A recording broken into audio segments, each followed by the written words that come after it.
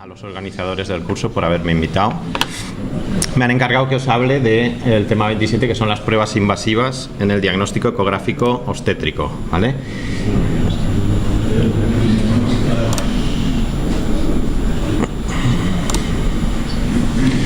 Bueno, os voy a contar una parte teórica y luego os enseñaré también vídeos de técnicas para que veáis un poco. No sé si desde el fondo lo podréis ver bien. Intentaremos que se vea lo mejor posible. Vamos a ver, las técnicas invasivas de diagnóstico prenatal, todos sabéis que las que más se utilizan son la amniocentesis, la biopsia corial, tanto la transabdominal como la transcervical, y luego las muestras para extracción de sangre fetal.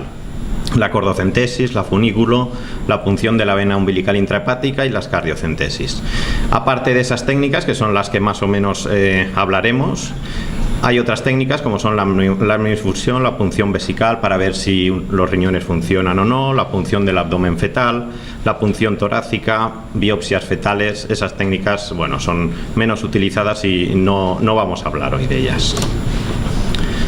Os voy a contar primero unos aspectos generales que van a servir para todas las técnicas de diagnóstico prenatal, ¿vale? En cuanto a la analgesia materna, vamos a ver, si utilizamos la vía abdominal para hacer la técnica, utilizaremos analgesia materna en caso de utilizar agujas de 18 Gs o menos. Ya sabéis que cuantas más Gs tienen las agujas, más finas son y por lo tanto menos lesivas y hacen menos daño a la paciente. Cuantas menos Gs, más gordas son. Entonces, para agujas de 18 Gs o menos utilizaremos analgesia materna. Normalmente para las amniocentesis, biopsias coriales se utilizan de 20, 21, 22 Gs, entonces en esas no utilizamos analgesia materna. Para la biopsia corial transcervical no se utiliza analgesia. Nosotros utilizamos un poco de sedación leve administrando a la paciente diazepam en casos de cordocentesis con transfusiones intraútero. Normalmente cordocentesis solo, yo no suelo utilizar ningún tipo de analgesia. Y en las transfusiones intraútero tampoco suelo utilizar. Alguna paciente a lo mejor, algún caso muy especial, pero normalmente yo creo que duele más lo que es la analgesia que la técnica en sí. Y luego, anestesias locales en la zona de punción, pues bueno, pues hay gente que sí que utiliza en las transfusiones intraútero, que son las técnicas más complejas, ¿vale? Pero yo ya os digo que yo normalmente en las transfusiones intraútero no suelo utilizar analgesia materna. En cuanto a la parálisis fetal, la utilizaremos solamente en algunas cordocentesis con transfusiones intraútero en casos de placentas posteriores y no en todas, ¿vale? Simplemente en aquellos casos en que veamos que no podemos hacer la técnica porque se mueve el feto mucho y nos impide el acceso a la inserción del cordón. Los bloqueantes neuromusculares que utilizamos normalmente es el pancuronio a esas dosis, que es el pabulón, que normalmente te va a dar unos 30 minutos de parálisis fetal. El atracuronio, que es el traquium, a esas dosis nos dará una parálisis fetal más corta que el pancuronio, y el bencuronio, que puede darnos parálisis fetales de 1 a 2 horas. Siempre, antes de hacer cualquier técnica invasiva, es obligatorio hacer una ecografía previa. Siempre hay que ver, antes de empezar la técnica, que el corazón está latiendo, importante, ¿vale? Porque si no lo veis, puede ser que hagáis la técnica y a la hora de enseñarle a la paciente lo bien que ha ido, pues os encontréis con la sorpresa, que eso ha pasado a veces. Siempre ver que antes de empezar está el corazón latiendo.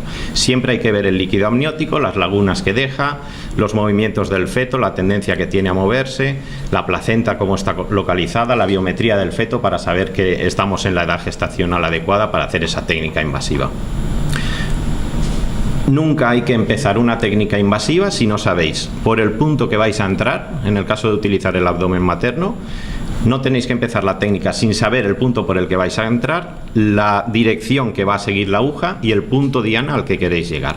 Hay veces que haréis la ecografía y no sabréis por dónde vais a entrar ni dónde queréis llegar. Bueno, pues os esperáis que el feto se mueva y cuando lo tengáis claro, entonces es cuando empezáis a pinchar. Si hay que esperarse 5 minutos, os esperáis. Hay que utilizar un campo lo más estéril posible, hay que utilizar paños, un antiséptico, la clorhexidina al 2% es lo que se utiliza ahora. Antes sabéis que se utilizaba la povidona iodada, el betadina, ahora está prohibido. Entonces lo que se utiliza es la clorhexidina al 2%. Cuidado porque por ahí hay clorhexidina al 0,05%. Esa no la utilicéis, porque eso es suero fisiológico con unas gotitas de clorhexidina. Eso no sirve para nada. Hay que utilizar al 2%. Siempre hay que visualizar la punta del instrumento que vayáis a utilizar, sea una aguja, una cánula de aspiración, una pinza de biopsia. Siempre hay que verla en la imagen. Si estáis haciendo una técnica invasiva y no veis la punta, tenéis que parar y reorganizaros, ¿vale? No tenéis que meter ningún instrumento a ciegas. Siempre tener en cuenta que la rapidez y la escasa manipulación disminuye la tasa de complicaciones y de RP. En cuanto a complicaciones de las técnicas invasivas, ya sabéis que puede provocar RPMs, pérdidas fetales, coriamnionitis, desprendimientos de placenta, embolia de líquido amniótico, isoinmunización SRH. Siempre antes de hacer una técnica, consentimiento informado firmado, y tenéis que saber grupo, RH y CUMS, porque si es RH negativa y CUMS indirecto negativo, tenéis que administrar la gamma-globulina anti-D a la paciente. En cuanto al uso de antibióticos, si hacéis técnicas sencillas como la amniocentesis y biopsia corial, no se utilizan antibióticos. Si pasáis a técnicas más complejas como la cordocentesis y las transfusiones intraútero, sí que es conveniente utilizar antibiótico. Se utiliza un antibiótico de amplio espectro, los que necesitéis habitualmente en el servicio, en el hospital que estéis. Bueno, vamos a empezar con lo que es la técnica de punción ecoguiada. Esto es de lo más importante, ¿vale? Los residentes, sobre todo, no tenéis que marcaros como meta aprender a hacer amniocentesis, aprender a hacer biopsias coriales transabdominales, aprender a hacer cordocentesis. La meta no tiene que ser esa. La meta vuestra tiene que ser hacer la técnica de punción ecoguiada correctamente. Si vosotros sabéis hacer la técnica de punción ecoguiada correctamente, podréis hacer lo que queráis. Amniocentesis, cordocentesis, biopsias coriales transabdominales, lo que queráis, porque seréis capaces de colocar la punta de la aguja en el cristalino del feto si hace falta, ¿vale? La técnica de punción ecoguiada se utiliza para todas técnicas invasivas, todas estas técnicas invasivas de diagnóstico prenatal. Cuando vayáis a hacer una técnica de punción ecoguiada, es conveniente que dispongáis de un amplio abanico de agujas. La aguja la vais a elegir en función de lo que queréis hacer y en función de las características de la paciente. Por ejemplo, si queréis acceder a una placenta posterior, utilizaréis una aguja más larga. Si es una paciente obesa, pues utilizaréis una aguja normalmente de 20 Gs, que es un poquito más gruesa. Yo cuando estoy manipulando sangre del feto, bien porque la estoy aspirando o porque la estoy metiendo, utilizo agujas de calibres de 20 Gs, porque las de 22 Gs, pues la sangre es más viscosa y no pasa bien, ¿eh? Entonces, siempre tenéis que disponer de un abanico importante de agujas para elegir la adecuada para la técnica que vais a llevar a cabo y la adecuada según la paciente y el punto diana que queréis llegar. Ahí tenéis las de 20 Gs, que son las que tienen el estilete amarillo, 21 Gs y las de 22 Gs. Las de 22 Gs normalmente son las que se utilizan para las amniocentesis, que son las más finas. Cuantas más Gs, más finas, ¿vale? Y menos lesivas. La técnica de punción ecoguiada se puede llevar a cabo de dos formas, con guías o sin guías. Las guías ya sabéis que es un accesorio que se acopla a lo que es el transductor, tanto el transductor transvaginal como en el abdominal. Sabéis que es un accesorio que lleva un agujerito por donde se mete la aguja y si la metéis por ese agujerito, sabéis que la aguja va a seguir un camino predeterminado que va a hacer que la aguja la estáis visualizando en la pantalla del ecógrafo. Y en la pantalla normalmente siempre os sale marcado con una línea por donde va a pasar la aguja, con lo cual solo tenéis que colocar al final de esa línea en la pantalla el punto diana al que queréis llegar, metéis la aguja por el agujerito y ya sabéis que va a llegar a ese punto diana. En obstetricia esto no es útil, ¿por qué? Porque tenemos un feto que se está moviendo, entonces cuando hacemos la técnica de punción puede ser que a mitad de técnica tengamos que reorientar la aguja porque el feto se ha movido, entonces si estamos utilizando una guía no lo podemos hacer. Por lo tanto, técnica de manos libres, sin guías. Hay dos formas de puncionar, punción en paralelo al transductor y perpendicular al transductor. Yo aprendí con la punción perpendicular al transductor, es la más fácil para aprender, pero si queréis hacer técnicas complejas, esa yo me olvidaría de ella. Tenéis que aprender la punción en paralelo al transductor, que es la que yo os voy a explicar, ¿vale? La punción perpendicular ni os la voy a contar. Punción en paralelo al transductor. Como veis, ponéis paños estériles, utilizáis un medio antiséptico para aseptizar lo más posible el campo donde vais a estar trabajando. No es la povidona yodada, acordaros, es la clorhexidina al 2%. Y la técnica en paralelo al transductor consiste en puncionar por el lado del transductor, por el lado que queráis, a una distancia de 0,5 o 1 centímetro y formando un ángulo con el eje del transductor de unos 30-45 grados.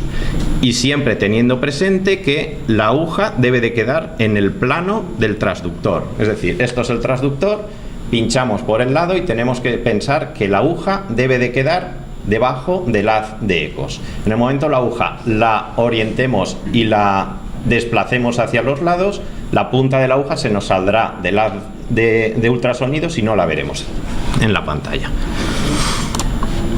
Ahí tenéis la técnica de punción en paralelo, eso es una amniocentesis, ¿vale? Veis cómo está a 45 grados y una distancia de 0,5 centímetro. Y eso ya es cuando han retirado el estilete, nos han conectado el prolongador y está saliendo el líquido, ¿vale? Con esa técnica podréis hacer lo que queráis, amniocentesis, biopsias transabdominales, cordocentesis, lo que queráis, porque vais a ser capaces de colocar la punta de la aguja en la zona que queráis, que os dé la gana. Eso es lo que se ve cuando utilizáis la técnica de punción en paralelo. En esta técnica se ve toda la aguja desde que entra por la piel hasta la punta de la aguja, de forma que con esa visión vas a poder colocar la punta donde quieras. Con la punción en perpendicular no se ve así de claro.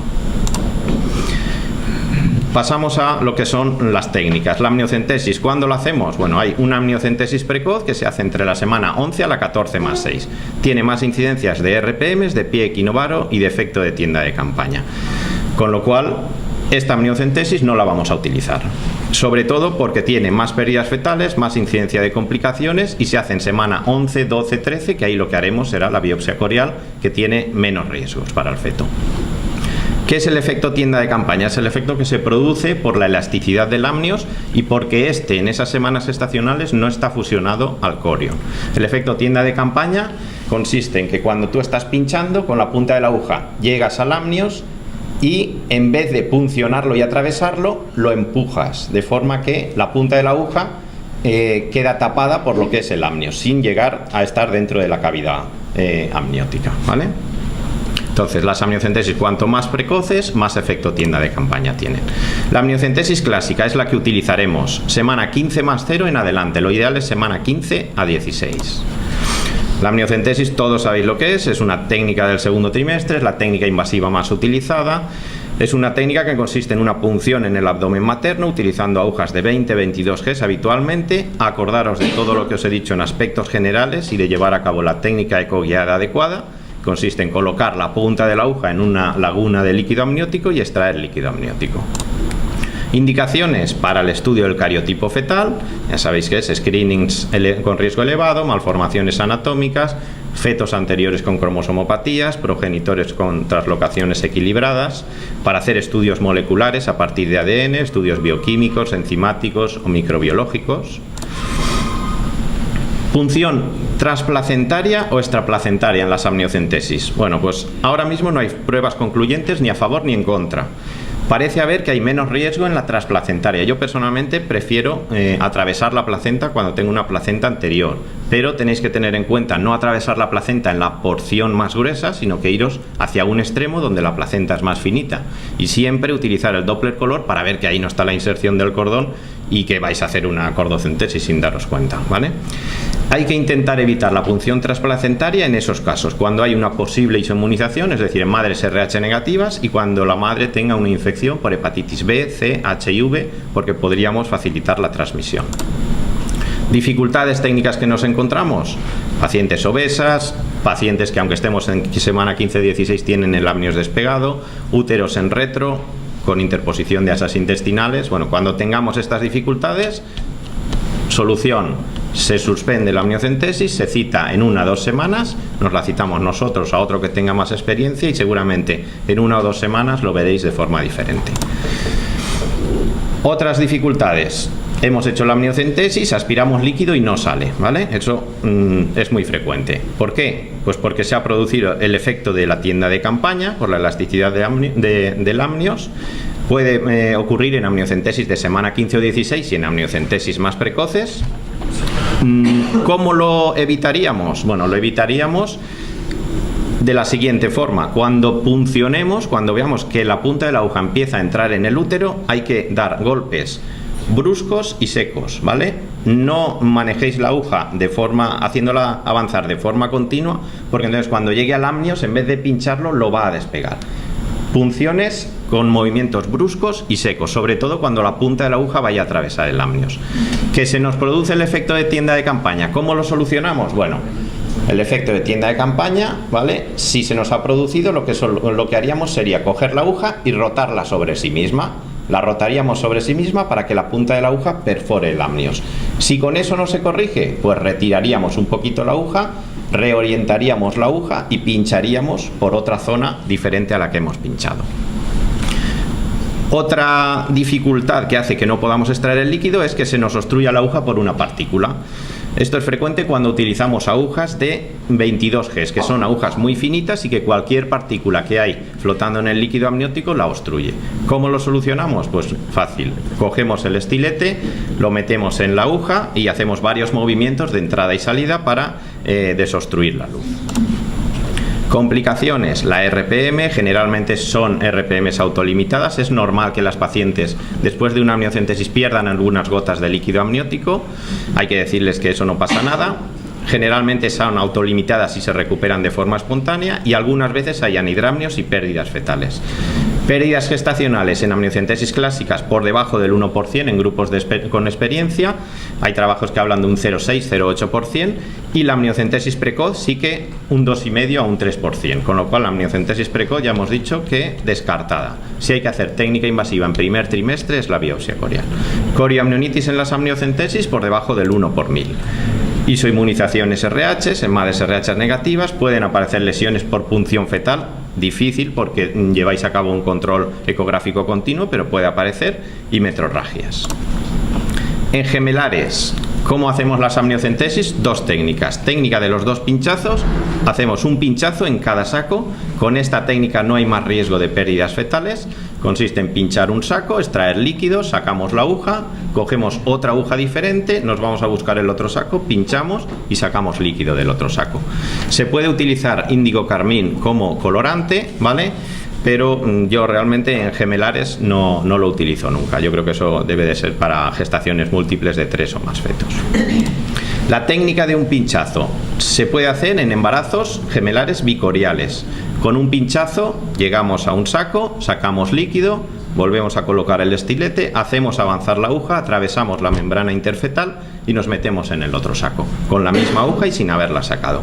Problemas de esta técnica: mezclamos líquido de los 2 fetos, puede ser un problema, y si nos pasamos y provocamos la ruptura de la membrana interfetal, un pequeño agujerito que se quede, conforme vayan pasando las semanas, se irá haciendo cada vez más grande y se convertirá el embarazo en un monoamniótico con todos los problemas que eso tiene.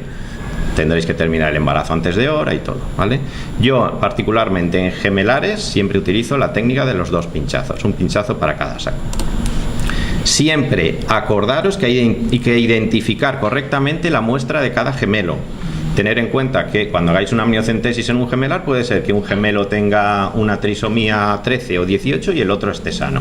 Entonces tendréis que saber si hay que interrumpir un gemelo, qué gemelo es el alterado y cuál no. Para eso hay que identificar correctamente el líquido que saquéis. ¿Cómo? Hay veces que es difícil. Pues por ejemplo, si hay diferentes sexos, tenéis que coger y decir: este líquido es del chico y este es de la chica. O si hay una placenta anterior y posterior, pues este líquido es del feto de placenta anterior y este de la placenta posterior. O si hay uno más grande, más pequeño, tenéis que buscar la forma de identificar el líquido de qué gemelo es. En el gemelar monocorial biamniótico se puede pinchar un solo saco porque teóricamente son iguales, ¿vale? Pero hay que tener cuidado porque hay discordancias a veces en el cariotipo de los gemelos monocigotos. Sobre todo tendréis que pinchar los 2 sacos cuando tengáis discordancias de tamaño, cuando veáis una malformación en uno que no aparece en el otro, o cuando veáis que hay una discordancia de sexos, que no es lo común, ¿vale? Y en las pérdidas fetales en los gemelares, comparado con los embarazos simples, cuando hacemos una amniocentesis, bueno, la gente no se pone de acuerdo. Para algunos, la pérdida fetal en las gestaciones simples y en los múltiples son iguales. Otros hablan de que en los gemelares, a los que se hace una amniocentesis, las pérdidas fetales llegan a un 3,5%, ¿vale? Cuando comparamos la amniocentesis y la biopsia corial en los gemelares, no hay diferencias en las pérdidas fetales, con lo cual en los gemelares se puede hacer tanto amnio como biopsia corial. Yo personalmente prefiero siempre la amnio. Esto es una amniocentesis. Veis que estoy primero viendo por dónde voy a entrar, quiero llegar hasta ahí, ¿vale? Vais a ver cómo empezaré a ver la punta de la aguja, ¿vale? Eso es la placenta, voy a atravesarla Veréis cómo estoy haciendo movimientos secos y sobre todo al atravesar el amnio, ¿vale? Ahí lo veis. Ahí ya el ayudante te retiraría el estilete, colocaría el prolongador y aspiraría el líquido. Biopsia corial es el procedimiento de elección en el primer trimestre, semana 10 a 13, ¿vale? Por debajo de semana 10 no las hacemos. ¿Por qué? Porque hay más incidencia de reducciones de miembros.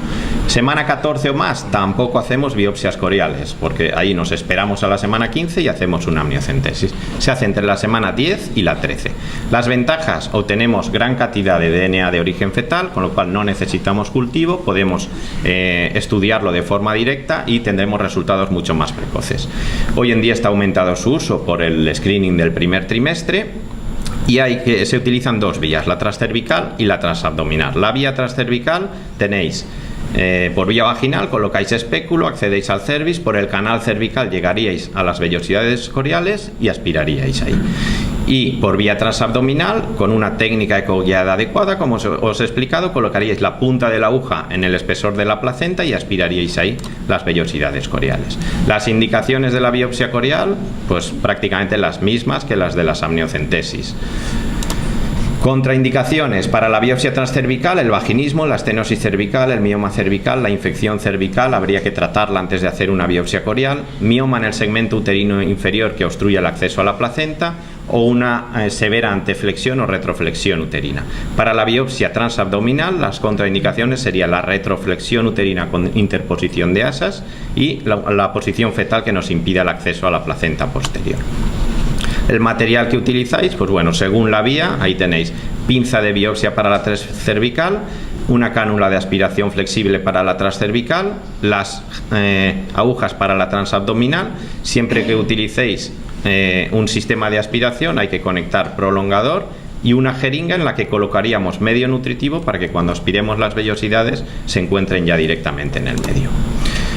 La biopsia transcervical, ahí veis la cánula de aspiración flexible y el trocar rígido.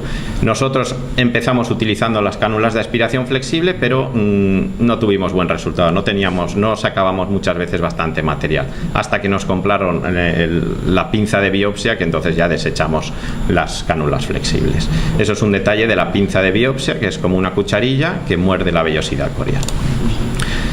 Siempre en la vía transcervical hacer ecografía previa para ver la localización y la altura placentaria. Se utiliza un espéculo, pinza de Pozzi, desinfectamos con clorexidina acuosa al 2%, no pongáis ahí la alcohólica, ¿vale? Se introduce el instrumento por el canal cervical hasta la placenta y el segundo ayudante nos está enseñando en todo momento por dónde estamos pasando para llegar a la placenta.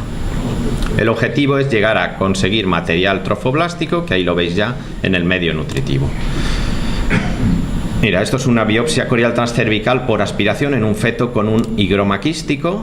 Veréis, la vagina está por ahí. Ahora, mira, esto es la sonda de aspiración, ¿vale? Veis cómo estamos haciendo unos movimientos de vaivén, de ida y venida, que eso lo que hace es romper las vellosidades, y al mismo tiempo que estamos haciendo esos movimientos de vaivén, el ayudante nos está con la jeringa manteniendo el émbolo estirado para hacer una presión negativa, que lo que hace es aspirar las vellosidades coriales.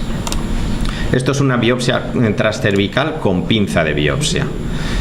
Veréis ahí, el canal cervical está ahí. Ahora veréis cómo se mete la pinza de biopsia hasta llegar al espesor placentario. Queremos llegar ahí. Mirad, esto es la punta de la pinza de biopsia. Veréis cómo nos metemos al espesor placentario. Una vez en la zona correcta, abriremos la pinza de biopsia. Ahí se abre, avanzamos, cerramos y nos vamos, ¿vale? Eso es una pinza, una biopsia corial transcervical con pinza. La transabdominal es una técnica similar a la amniocentesis, pero que requiere mayor precisión. Se utilizan agujas de 20 Gs y llegamos al espesor placentario. Esto es una biopsia transabdominal. Eso es la placenta. Esto es otro feto con un higroma. Eso es la placenta. Nos meteremos por ahí, por vía transabdominal. La punta de la aguja querremos que llegue hasta ahí, ¿vale? Ahí está la punta de la aguja. En el momento llegue la punta de la aguja a lo que es la placenta, la veis ahí. En el momento estemos en la zona que queremos, Nos quedamos quietos, el ayudante retirará el fiador, colocará el prolongador, aplicará la jeringa con el medio nutritivo y una vez el ayudante tenga todo eso preparado, nosotros empezaremos a hacer movimientos de vaivén para romper vellosidades coriales y al mismo tiempo el ayudante está manteniendo la presión negativa con la jeringa para que esas vellosidades que se van rompiendo se aspiren. Hay que entrar, ¿veis?, en paralelo a la placa corial. ¿Veis esos movimientos de vaivén que lo que hacen es romper las vellosidades coriales? Complicaciones de la biopsia corial: spotting leve en la vía transcervical, corioamnionitis son raras pero pueden aparecer, hemorragias fetomaternas y luego hay autores que hablan del aumento de incidencia de efectos reduccionales en los fetos. Entre semana 10 y semana 12 tiene una incidencia de 1 de cada 3.000 nacidos y por debajo de la semana 10 aparece este efecto en un 1 o 2% de los casos. Por lo tanto, por debajo de semana 10 no hacemos biopsias coriales. Fracaso en la obtención de la muestra de 0,2 al 3,5%, mosaicismos limitados a la placenta en 1 o 2% de casos y pérdidas gestacionales un 1%. Un pelín por encima de la amniocentesis, pero no es significativo. Es un poquito mayor para las biopsias transcervicales que para las transabdominales. En gemelares, ¿qué hacemos? Es fundamental conocer la corionicidad antes de hacer una biopsia. En un monocorial obtendremos una sola muestra. En un bicorial, si las placentas están separadas, obtendremos una muestra de cada placenta. Y si están fusionadas, hay que tomar una muestra de cada placenta, pero una muestra la tomaremos en la inserción de un cordón y la otra en la inserción del otro, o bien una muestra en un extremo de la placenta y la otra en el otro extremo. Yo personalmente en los gemelares prefiero no hacer biopsias y hacer amniocentesis porque me da más seguridad a la hora de identificar las muestras. En los gemelares hay más porcentaje de resultados inciertos si hacemos biopsia corial en comparación con amniocentesis. Un 5% de resultados inciertos de la biopsia frente a un 0,3% de las amniocentesis. Resultados inciertos quiere decir que sacamos material pero no crece, o sacamos material y no hay vellosidades, o nos dan un resultado y no podemos identificar qué feto es el que nos ha dado el resultado alterado, ¿vale? Las pérdidas fetales en las biopsias coriales en gemelares son iguales que en gestaciones simples y iguales que en las amniocentesis de los gemelares del segundo trimestre. Por lo tanto, en gemelares, aunque yo personalmente prefiero hacer amniocentesis, se pueden hacer perfectamente tanto amniocentesis como biopsias coriales. Casos de hepatitis, pacientes con hepatitis B o C, cuando tengamos que hacer una amniocentesis o biopsia corial, parece ser, porque no hay suficientes estudios, que la tasa de transmisión al feto es baja, pero siempre hay que informar a la paciente que es un riesgo potencial el que provoquemos la transmisión al feto. En pacientes con HIV, si no llevan tratamiento antirretroviral, la tasa de transmisión está aumentada, y si llevan tratamiento antirretroviral y la carga viral es baja, la tasa de transmisión es menor. Siempre en estas pacientes hay que sacar el máximo provecho a las técnicas de screening no invasivo. Ahora mismo tenéis el screening de aneuploidías en sangre materna, que cuando bajen el precio pues será la técnica ideal para estas pacientes, pero siempre, aunque sean HIV con tratamiento y carga viral baja, hay que decirles que hay un riesgo potencial de transmisión. Pasamos a los funículos. Es una técnica que se realiza a partir de una punción del abdomen materno. Se utilizan agujas de 20-22 Gs. Recordar lo que os he dicho al principio de los aspectos generales y llevar a cabo la técnica ecoguiada adecuada. Consiste en la punción del cordón para extracción de sangre fetal o introducción de fármacos. Se hace en semana 18 o por encima. En los últimos años ha disminuido su utilidad, pero sigue siendo una técnica fundamental en medicina fetal. ¿Por qué ha disminuido su utilidad? Bueno, pues porque en los últimos años ha aparecido la PCR, que a partir de pocas cantidades de DNA que podemos obtener con amniocentesis o vellosidades coriales, nos aumentan el DNA obtenido y nos pueden hacer muchos estudios que antes necesitábamos hacer funiculocentesis, y hoy en día con amniocentesis o biopsias podemos hacer esos estudios, que son técnicas que se hacen más pronto que las funiculocentesis y con menos riesgo para el feto. Indicaciones, las clásicas para diagnosticar enfermedades genéticas, infecciones fetales, para determinar un cariotipo fetal rápido en embarazos de segundo o tercer trimestre, para determinar el grado de anemia fetal. Hoy en día tenemos la velocidad de pico sistólico con el Doppler, que nos ha disminuido mucho la funiculocentesis con esta indicación, para saber el RH, para hacer transfusiones intraútero. Para estudios hematológicos en pacientes sobre todo con plaquetopenias para ver si está afectado el feto. En retrasos de crecimiento, bueno, está descrito que puedes hacer funículos para hacer análisis de gases en sangre fetal. Yo eso no, la verdad es que no lo he hecho nunca. Para cuando tengamos un feto con una sospecha de disfunción tiroidea severa, para hacer estudios de TSH, T4 libre o para administrar fármacos. Hoy en día las indicaciones de la funículo son la determinación rápida del cariotipo fetal, la transfusión intrauterina, cuando el Doppler de la velocidad de pico sistólico nos dé alterado, que sospechemos una anemia moderada o severa, para pacientes con plaquetopenias, para saber cómo está el feto, para fetos con posible sospecha de disfunción tiroidea y para administrar fármacos. Esas son las indicaciones básicas hoy de la funícula. Dos técnicas diferentes según la placenta sea anterior o posterior. Si la placenta es anterior, atravesamos la placenta y canalizamos el cordón, ¿vale? En esa técnica, la punta de la aguja no toca para nada el líquido amniótico, no se mete en cavidad amniótica. Y cuando la placenta es posterior, ahí sí que la punta de la aguja hay que meterla en cavidad amniótica y puncionar la inserción del cordón en la placenta, 1 o 2 centímetros, que es donde la gelatina de Wharton es más gorda y además el cordón se mueve menos. Mirad, esto es una cordocentesis, ¿vale? Eso es una placenta posterior, la inserción del cordón. Ahí veis que estoy ya con la aguja. Voy a canalizar el cordón en la inserción. Esto es una paciente con una isoinmunización RH grave, ¿vale? Ahí pinchamos el cordón y una vez lo tenemos pinchado, sacaremos la sangre y le haremos el hemograma o empezaremos la transfusión intrauterina si hace falta, ¿vale? Esto es la misma paciente a la que le hicimos una transfusión. Ahí tengo el cordón canalizado, está pasándole sangre. Mirad cómo se me ha salido la aguja, veis el sangrado en jet que se produce. Vuelvo a canalizar el cordón y ahí veis un borboteo de sangre. Eso es la sangre que está pasando a través de la aguja. Nosotros las transfusiones las hacemos con bomba de perfusión. Esa aguja va conectada a una bomba de perfusión que está continuamente pasando la sangre a la velocidad que nosotros queremos, que es una velocidad baja, ¿vale? Y veis el borboteo de la sangre que está pasándole.